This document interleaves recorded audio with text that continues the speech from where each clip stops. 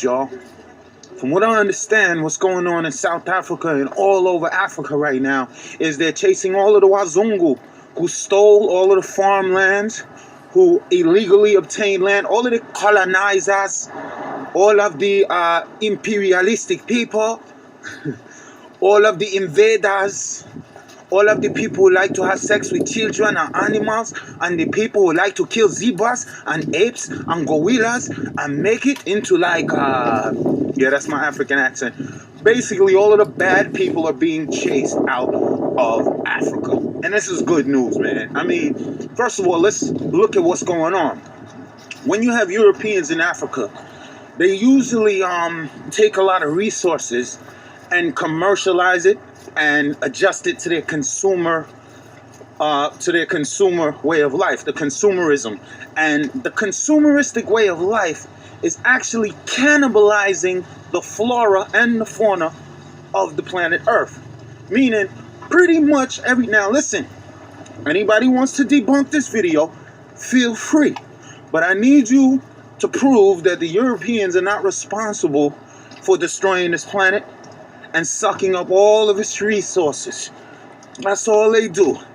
And they're digging up the ground. Well, they have little 3-year-old black kids in Congo digging up the ground barehanded for coltan so that we can make more cell phones. So it's a beautiful day when you see all of these African countries standing up and being like, yo, you're not welcome here no more. Because what they're doing, even though the white man's hurt by this, I'm sorry for your white tears, but let's just keep it real. What the white man is doing, he's draining the planet to a point where we won't be able to recover. So what these Africans are doing by chasing these Europeans out is a beautiful thing. At least they're giving us a chance to breathe for another 20 years. For every white man that leaves Africa, that's 15 to 35 trees that won't be cut down in the next 5 to 10 years. Every time you remove a European from a part of the planet that he technically doesn't belong and send him back to Europe to his native environment, you're saving the environment where they got taken from. So yeah, I believe in this movement. I'm totally for this movement. Take that land back. Give it to the people who it was stolen from. They don't have to worry about starvation. It wasn't the Europeans who taught black people how to farm. It was black people in America who taught Europeans how to farm. Earliest inhabitants of South Africa were the San and Khoikhoi. Yes, the San and the Khoikhoi. And they're often referred to as the Khoisan. Yes. Earliest inhabitants of South Africa, the San and the Khoikhoi. But they're often referred to as the Khoisan. I want you just to have that basic understanding that the first peoples in South Africa, the earliest inhabitants thousands of years ago, were the San and the Khoikhoi, also referred to as the Khoisan. The Khoisan are going to have the earliest interactions with Europeans, which you guys know from your packet didn't go so well. Pretty much any time a European interacts with anybody, it doesn't really go so well. So there you go. All right. What? That's true. Well, most of the time. Most of the time. The relationship between Britain and the United States, or what became the United States, was pretty good for most of we won. Okay. All right. Second question. So let's talk a bit about the Khoisan. Tell me a little bit about them from your reading. Someone complete this sentence for me. Yes. They were hunter-gatherers and pastoralists who relied on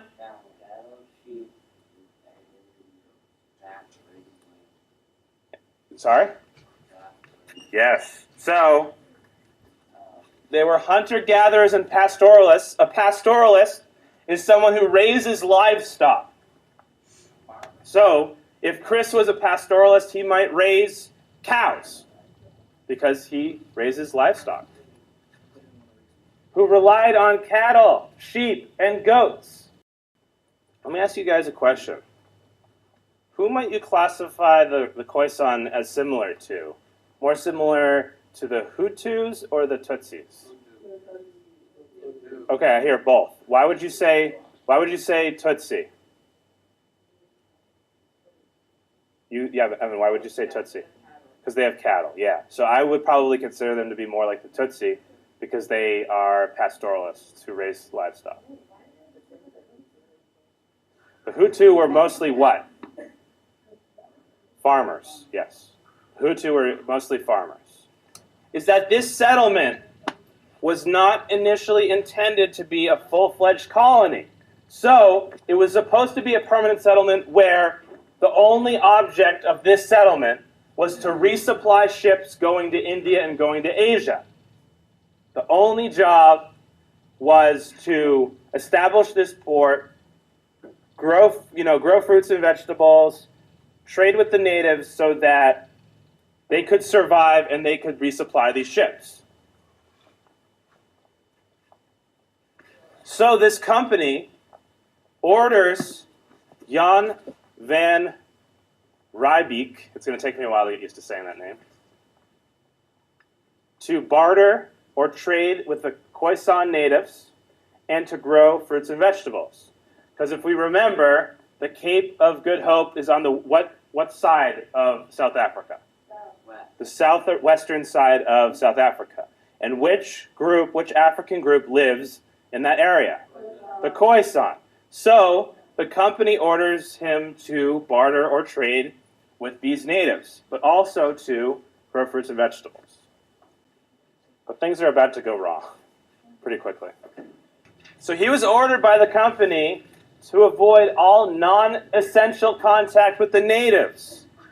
The company was very worried about the costs of settling disputes or administering a colony. By disputes, it means literally if the Europeans decided to start killing the natives or decided to start taking more land. And they knew that if there was fighting and if people eventually died, that there would be huge costs associated with that. Because they would have to send more people to this area, or they would have to pay, some money to families of the casualties. But Jan van Riebeeck would soon ignore this order, and this avoidance order would be forgotten. Because once they, settle that land, what do people typically want to do? When they find like a little piece of land, if you live over here, but then you find this land over here. So you send some people down this way, you make a small little, piece of land and you settle, and there are people. What eventually happens? You want to get the land in between? Yeah, you want to start getting more land. Around here or around here. So that's what's about to happen. But, question. Is this land already settled in Africa? Yeah, so what do you think is going to go down? Yes, you can say that again. Some unsettling.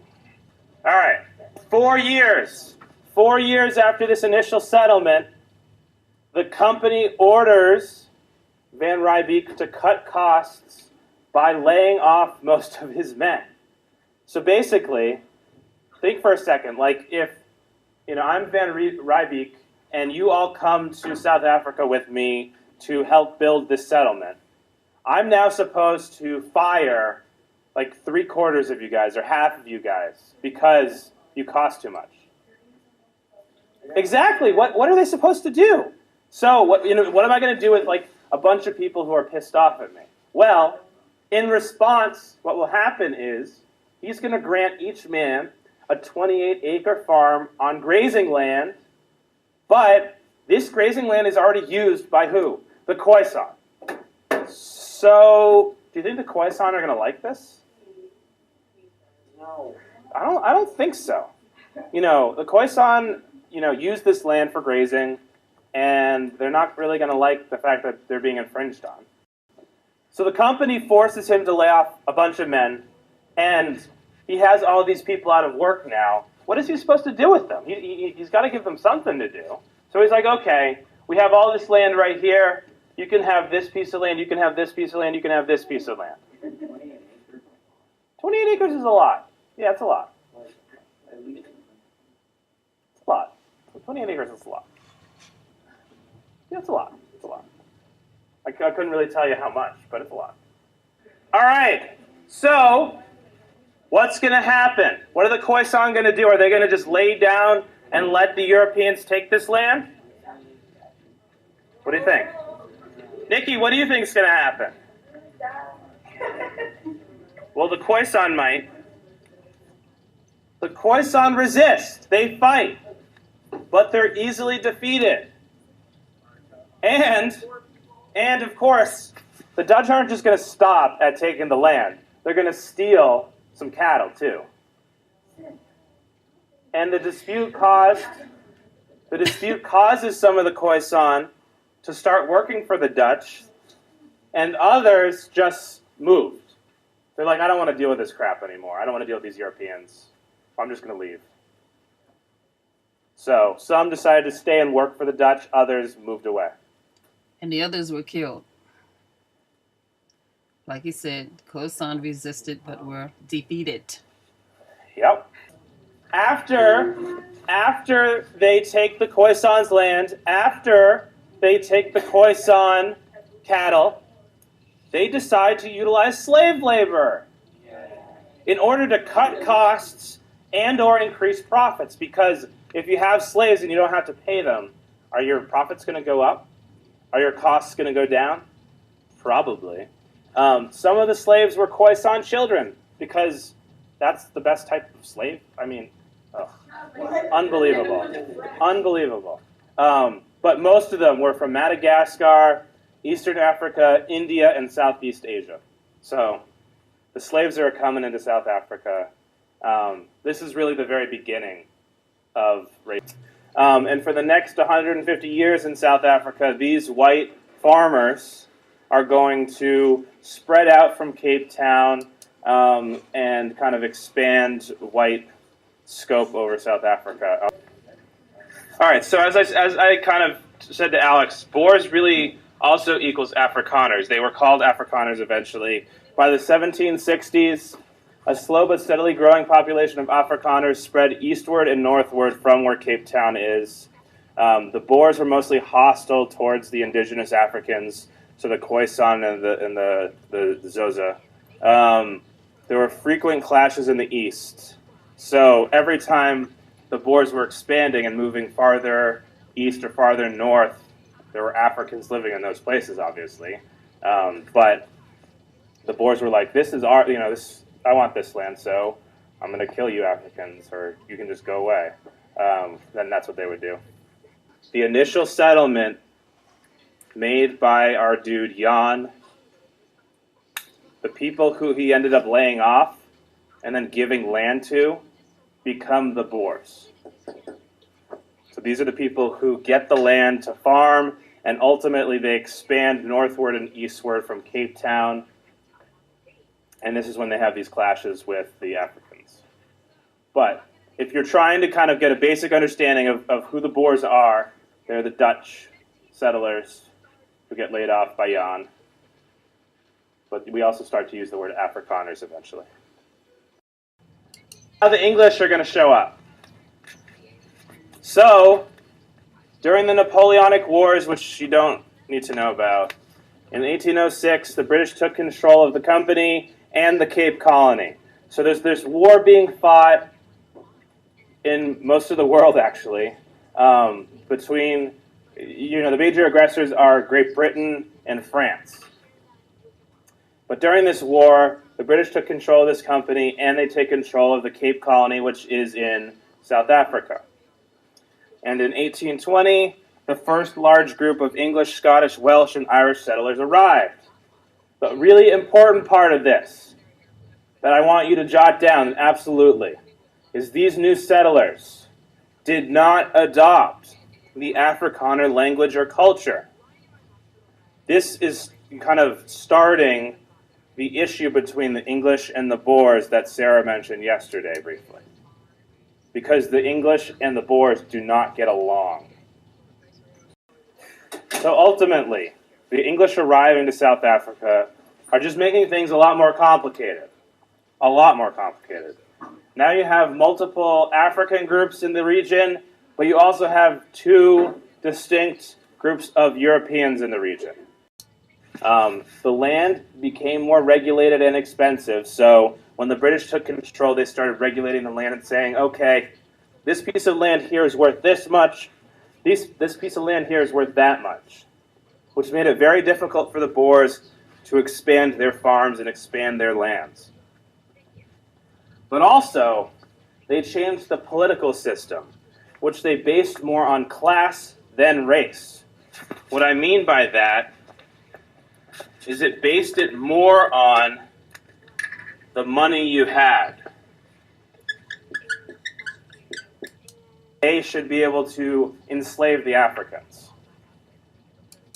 Things.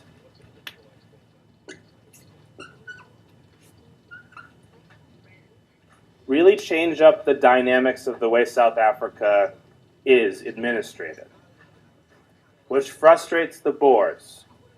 The Boers believe that they have a right to this land. They did so to preserve their society with clear color-based distinctions between master and servant. Master being white, servant being not white.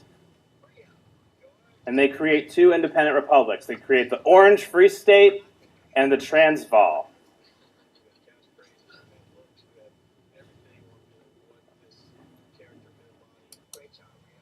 Who came to South Africa are better than everyone else.